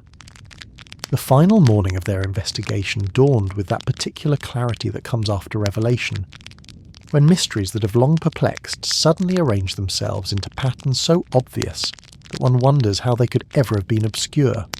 Miss Marple woke with the complete understanding of the well's secret fully formed in her mind, as if her subconscious had spent the night organising all the fragments of evidence into their proper configuration. Mrs. Cavendish arrived to find her already dressed and seated at the dining table, surrounded by all their documented discoveries arranged in what appeared to be a final, definitive pattern. The morning light streaming through the windows illuminated the artifacts and charts with almost ceremonial brilliance, as if the day itself recognised the importance of what was about to be revealed. "You've seen it, haven't you?" Mrs. Cavendish said without preamble, recognising immediately the particular expression of quiet satisfaction that indicated Miss Marple had achieved complete understanding of a complex problem. "The final pattern that makes sense of everything." Miss Marple nodded, gesturing for her friend to sit down beside her. It's all here. Every piece we needed to understand not just what these artifacts represent, but why they were created and what their makers hope to accomplish for future generations. She began by reviewing the symbol sequences they had documented, but now with complete understanding of their intended meaning. The progression from Celtic through Roman to Christian elements wasn't just artistic evolution. It was a deliberately constructed narrative designed to teach future generations about the process of cultural integration. "Look at this medallion, the largest one that Tommy first discovered," Miss Marple said, holding the artifact so that its symbols caught the morning light.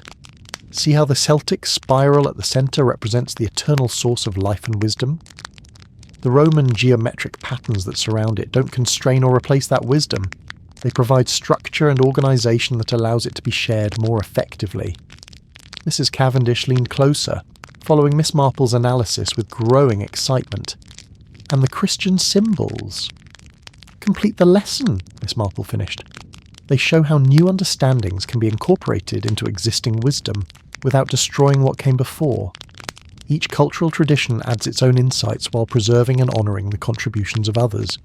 This interpretation transformed their entire collection from historical curiosities into educational tools, ancient textbooks designed to teach the principles of successful cultural cooperation."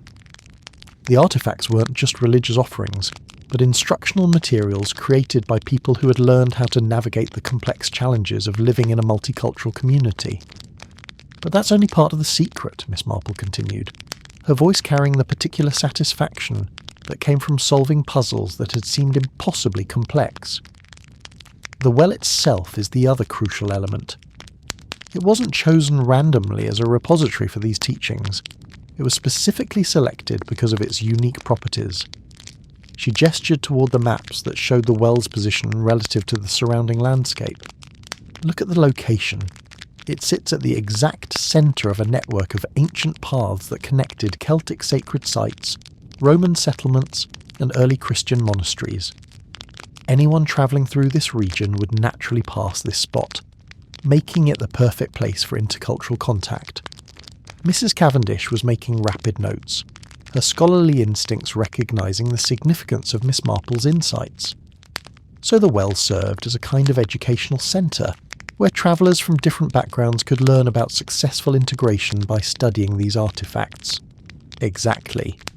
And the ceremonies that Brother Aldrich described weren't just religious rituals, they were teaching demonstrations, showing new arrivals how different traditions could work together harmoniously. Miss Marple picked up one of the smaller medallions, feeling its familiar warmth. Each time someone left an offering here, they were adding to a growing library of examples showing how cultural cooperation could be achieved. This understanding cast the entire tradition in a new light. The well had functioned as an ancient university, where the curriculum consisted of practical lessons in tolerance, accommodation, and mutual respect.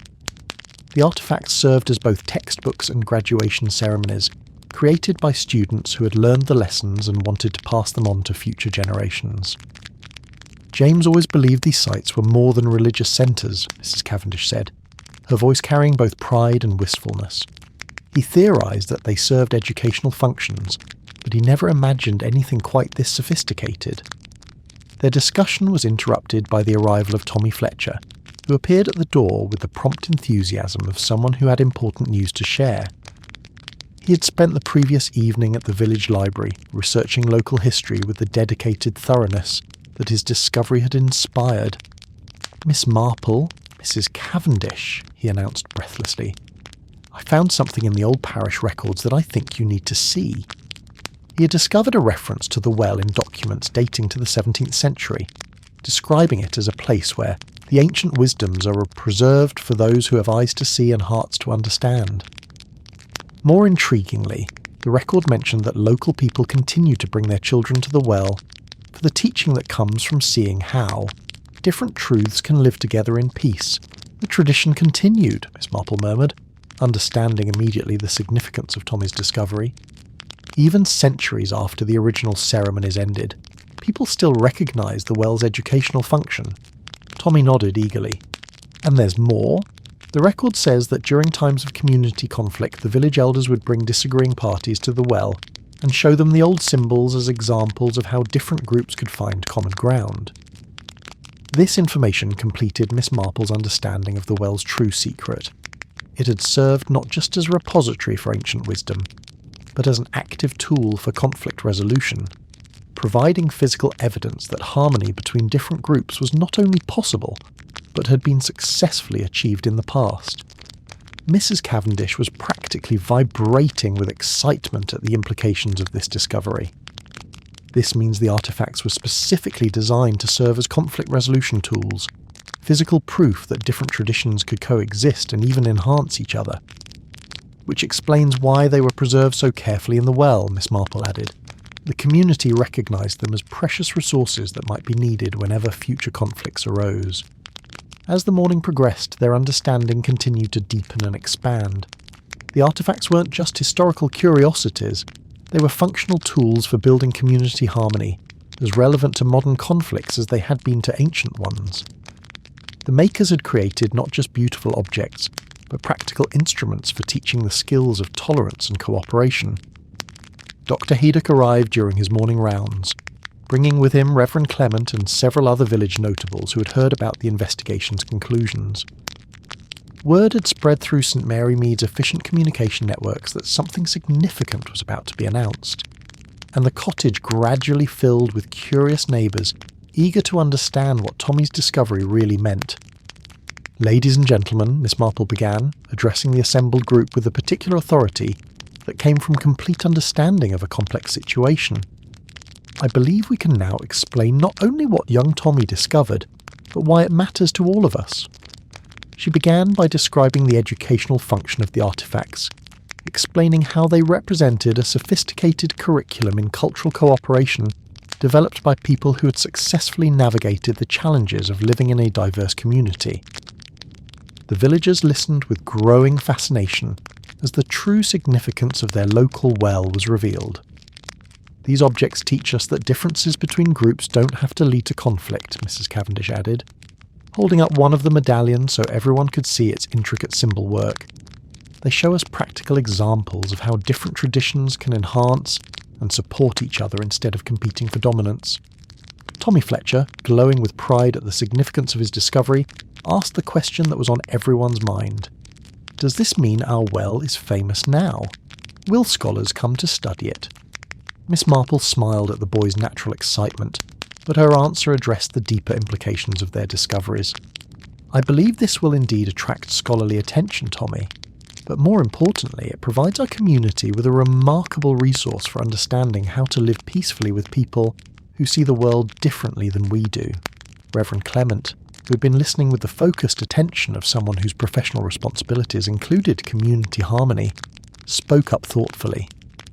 "This discovery seems particularly relevant to our current times, when there's so much tension between different groups.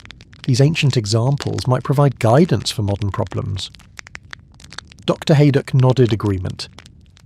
The principles demonstrated in these artifacts, tolerance, accommodation, mutual respect, those are exactly the qualities we need to cultivate in any healthy community. Mrs. Bantry, ever practical, asked about the immediate implications for village life. What happens to the artifacts now? Do they go to a museum, or do they stay here in St. Mary Mead? Mrs. Cavendish had been considering this question carefully. "I believe they belong here, where they can continue to serve their original function. With proper documentation and care, they can remain part of this community's living heritage while also contributing to broader scholarly understanding." Miss Marple agreed completely. The artifacts had been created to serve practical community functions, and separating them from their original context would diminish their effectiveness as tools for building harmony and understanding. "I propose," she said, looking around at the assembled villagers, "that we establish a proper display for these artifacts here in St. Mary Mead, where a resident can study them and learn from the examples they provide. The well should become what it was always meant to be, a centre for learning about cooperation and mutual respect." This suggestion met with enthusiastic approval from everyone present. Plans began forming immediately for creating a small museum or interpretive centre that would house the artifacts while explaining their significance to future generations. Tommy Fletcher volunteered to serve as the first official guide, a role that would allow him to share his discovery with visitors while continuing to learn about its historical importance. As the day progressed, word of their discoveries spread beyond St Mary Mead to neighbouring communities and scholarly institutions. Letters of inquiry began arriving from museums and universities, all expressing interest in the remarkable evidence of ancient cultural cooperation that had been preserved in a small village well. But perhaps the most significant response came from unexpected quarters. Mrs. Price Ridley, whose initial disapproval of disturbing buried things had been well documented, appeared at Miss Marple's door with a carefully prepared statement. "I want to apologise for my earlier objections," she announced with the particular dignity that characterised her approach to admitting error. "I see now that young Tommy's curiosity has led to discoveries that honour our community's finest traditions. These artefacts represent exactly the sort of values we should be teaching our children." This conversion from scepticism to enthusiasm seemed to capture the broader community response to their discoveries.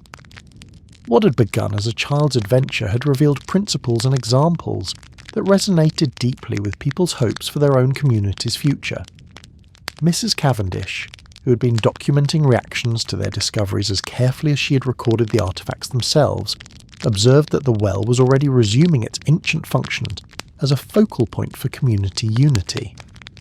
People are responding to these discoveries by coming together around shared values, exactly what the original makers intended. As evening approached, Miss Marple found herself thinking about the remarkable journey that had begun with Tommy Fletcher's curiosity and led to revelations about humanity's capacity for wisdom, tolerance, and hope. The investigation had demonstrated that even the smallest communities could preserve and transmit insights of universal significance if they remained open to learning from their own hidden histories.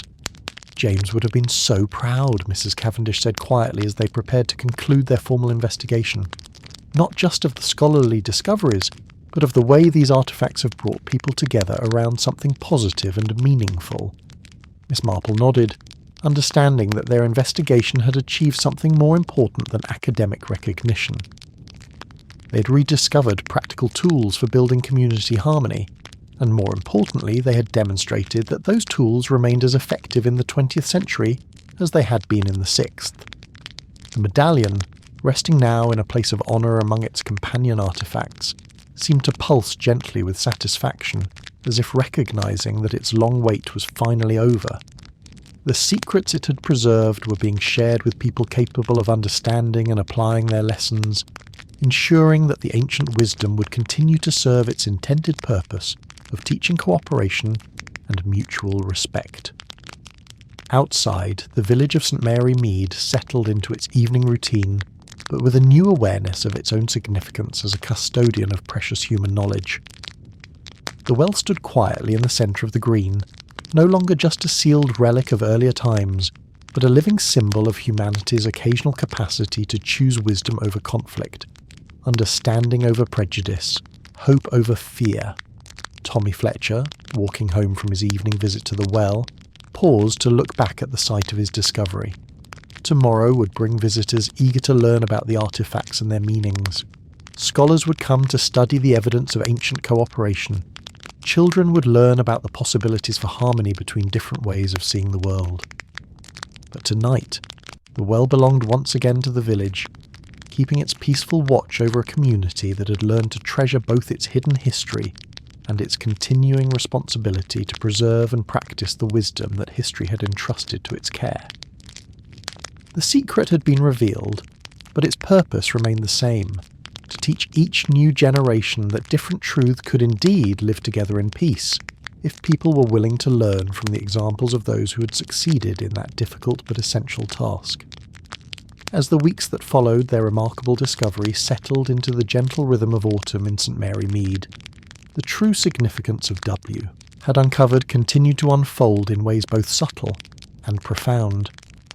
The village had transformed, not in its physical appearance. The cottages still wore their climbing roses, the church bells still marked the hours with bronze certainty, the green still hosted its eternal procession of children and dogs and elderly residents taking their constitutional walks. But in its understanding of itself and its place in the larger tapestry of human history, Mrs. Cavendish had extended her stay indefinitely, finding in St Mary Mead not just the conclusion to her husband's research, but the beginning of her own new chapter. She had taken rooms permanently at the inn and established what could only be described as a small but significant research centre in the village, complete with proper equipment for documenting and preserving historical artefacts. The work provided her with both purpose and companionship, while allowing her to honour James's memory in the most fitting way possible, by continuing and expanding the investigations that had meant so much to him. The relationship between Miss Marple and Mrs. Cavendish had deepened into the sort of friendship that comes when two minds discover they work together with particular harmony. Their morning conversations over tea had become a cherished ritual, combining scholarly discussion with the comfortable intimacy of people who had shared significant discoveries and understood each other's ways of thinking.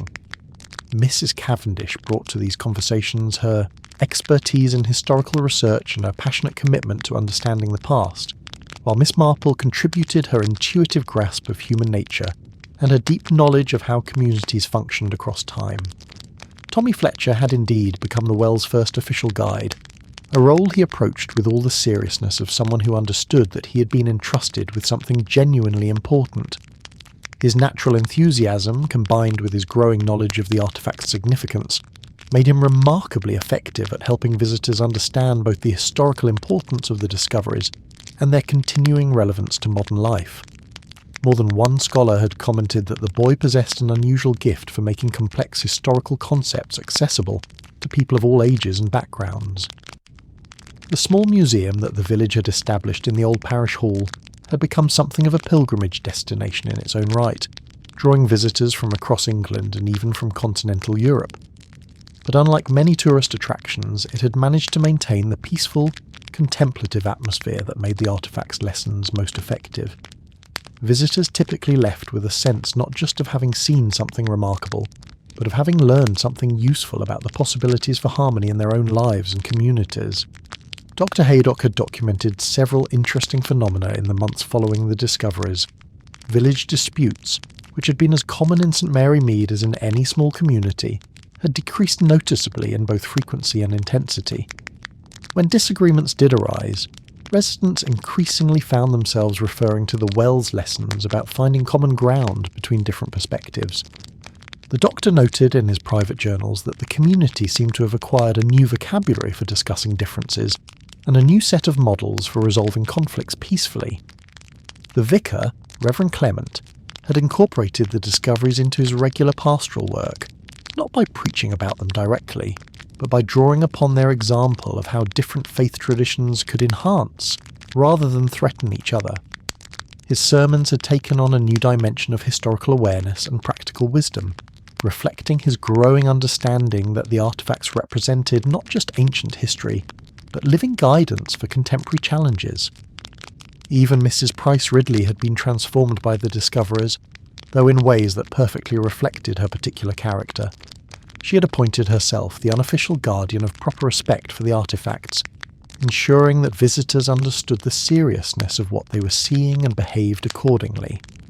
Her natural tendency toward moral supervision had found a new and more positive outlet in educating people about the values of tolerance and cooperation that the artefacts represented. The network of scholars and institutions that had become interested in the St Mary Mead discoveries had grown steadily, but always in ways that respected the village's desire to maintain control over its heritage. Mrs. Cavendish had proven remarkably skilled at managing these relationships, ensuring that academic research could proceed, while preserving the artefact's primary function as tools for community education and harmony. Perhaps most significantly, the well itself had resumed its ancient role as a focal point for community life, but adapted to modern circumstances. Parents brought their children there to teach them about cooperation and understanding. Young couples visited to leave small tokens representing their hopes for harmony in their relationships. During times of community decision-making, village meetings were increasingly held near the well, where the presence of the ancient symbols seemed to encourage more thoughtful and respectful discussion. Miss Marple, observing these developments with the satisfaction of someone who had helped bring about positive change, often reflected on the remarkable way that Tommy Fletcher's curiosity had led to discoveries that were enriching lives far beyond St Mary Mead. The investigation had demonstrated something she had long believed but rarely seen proven so clearly, that even the smallest communities could preserve and transmit wisdom of universal significance if they remained open to learning from their own hidden histories. The seasonal changes that marked the passage of time, the apple harvest, the first frost, the gradual transformation of the gardens from autumn abundance to winter dormancy, provided a gentle backdrop for the ongoing work of understanding and sharing the artifact's lessons. Each season brought new visitors, new questions, new opportunities to explore the connections between ancient wisdom and contemporary challenges. Mrs. Cavendish had begun work on a comprehensive book about the discoveries, but it was to be more than just an academic monograph. She was crafting something that would combine rigorous scholarship with accessible writing, designed to share both the historical significance of the artifacts and their practical applications for building more harmonious communities. Miss Marple had agreed to contribute a chapter about the investigative process and the ways that village life had been enriched by understanding its hidden heritage. The correspondence they received from other communities that had discovered similar artifacts or wanted guidance in searching for their own hidden histories had become voluminous, suggesting that St Mary Mead's experience was part of a much larger pattern of rediscovering practical wisdom about cultural cooperation. Mrs. Cavendish had begun developing a network of researchers and communities interested in these questions, creating the foundation for what might eventually become a significant movement toward understanding and applying historical examples of successful cultural integration. As winter settled over the countryside, bringing with it the long evenings and gentle silences that made reflection natural and necessary, Miss Marple found herself thinking often about the remarkable journey that had begun with a boy's curiosity and led to discoveries that continued to ripple outward in ever-expanding circles of understanding and application. The medallion now rested in a place of honour in the village museum, surrounded by its companion artifacts and the documentation that explained their significance. But its true home, Miss Marple believed, was in the minds and hearts of all the people who had learned from its example and chosen to carry forward its lessons of tolerance, cooperation, and hope into their own relationships and communities. On quiet evenings, when the village settled into the peaceful routines that had sustained it through centuries of change, Miss Marple would sometimes walk to the well and stand beside its ancient stones, thinking about the generations of people who had brought their hopes and fears to this place, seeking wisdom and finding it in the examples left by those who had come before them. The well had kept its secrets for 30 years, waiting for the right moment and the right people to reveal them. Now those secrets were being shared freely, but their essential purpose remained unchanged, to teach each new generation that different truths could indeed live together in peace, that cooperation was possible even across significant differences, and that hope, carefully tended and wisely applied, could create harmony where others saw only the potential for conflict. The medallion grew warm one final time, as if offering its blessing to all who would carry forward the ancient lessons of tolerance, cooperation, and hope into whatever challenges the future might bring. In St Mary Mead, at least, those lessons would be remembered, honoured, and lived, creating ripples of wisdom that would spread far beyond one small village's borders, touching lives and communities yet to be imagined but already blessed by the enduring human capacity for understanding, accommodation, and love. That's our story tonight. Are you drifting off beneath the starlit skies of Athens, the snowy calm of Reykjavik, the lantern-lit charm of Istanbul, or the ocean breeze of Sydney? If this tale brought you calm like the episode, and subscribe for more nights like this. Let the silence hold you. Let your dreams carry you far. Sleep gently now, wherever you are in this wide and wondrous world.